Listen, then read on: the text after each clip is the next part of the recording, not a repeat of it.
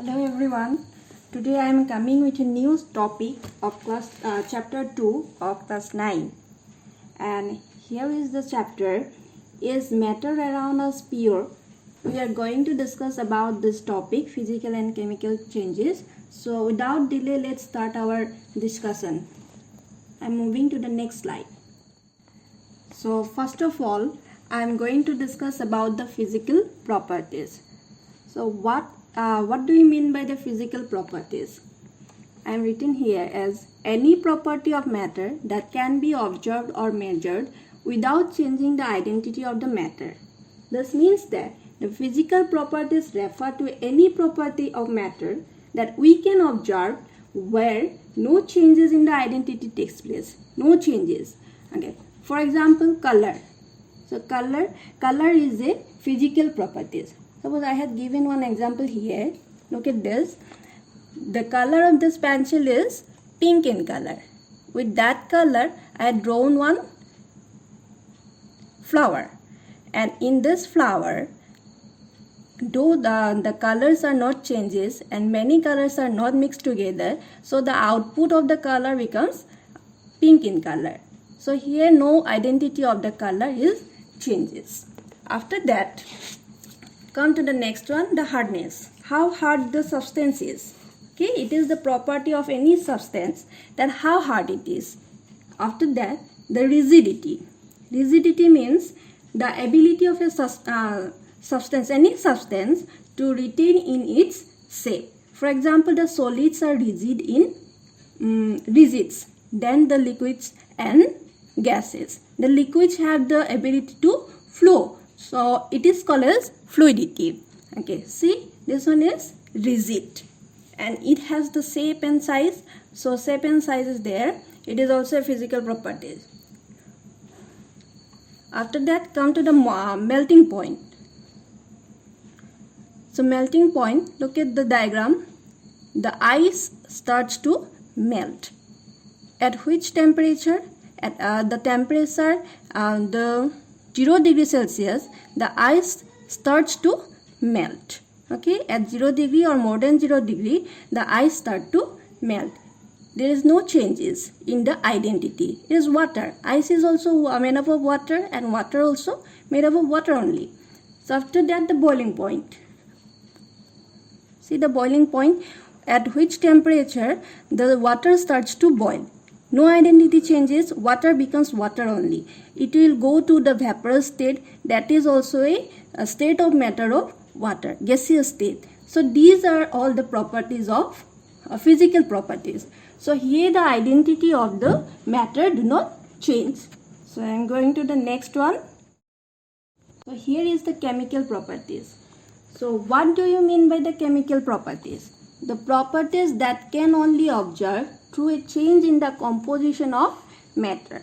This means that the matter of any substance, okay, the substance, we know that the substance are made up of matter, and if that matter, the composition of matter changes, then we can say it as the chemically the substance becomes changes. So chemical property includes the molecular formula, the acidity, molecular mass, flammability, rusting, reactivity, etc. First of all, you look at this picture. Here it is given that H2. This means that 2 atoms of hydrogen, when added with 1 atom of oxygen, it gives rise to water molecule. Okay, so H2O, it is the molecular formula of water. So what happened here? The hydrogen molecules, the hydrogen atom combine with oxygen atom. Here the chemically it becomes changes.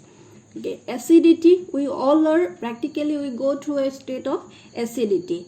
We practically feel the pain, acidity. What happened in acidity? Chemically changes. Here acid produced inside the stomach, more acid produced, and if the stomach do not get any food materials, then what will happen? Will the stomach becomes acidic in nature. More acid forms.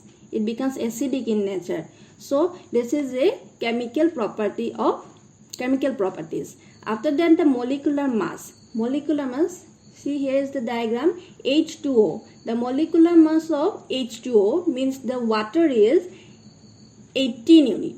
Okay, 18. So molecular mass is the fixed for any metal, for any substance, the molecular mass is fixed. So for hydrogen, for water, it becomes 18 unit only. After that, the flammability. The flammability is the ability to burn. The fire stick and matchsticks, petrol, diesel, all these are flammable.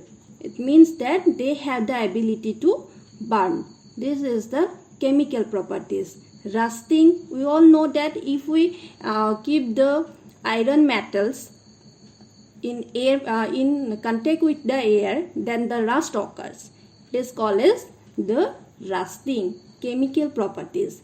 The reactivity you can say as the metals.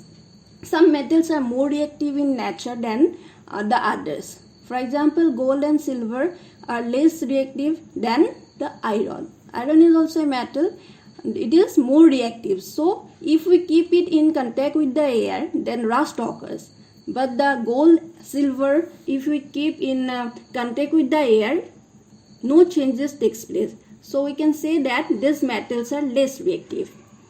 Okay. So, I am moving to the next one. Now, arises our topic, the physical and chemical changes. Before starting the topic, I had discussed about the physical properties and chemical properties.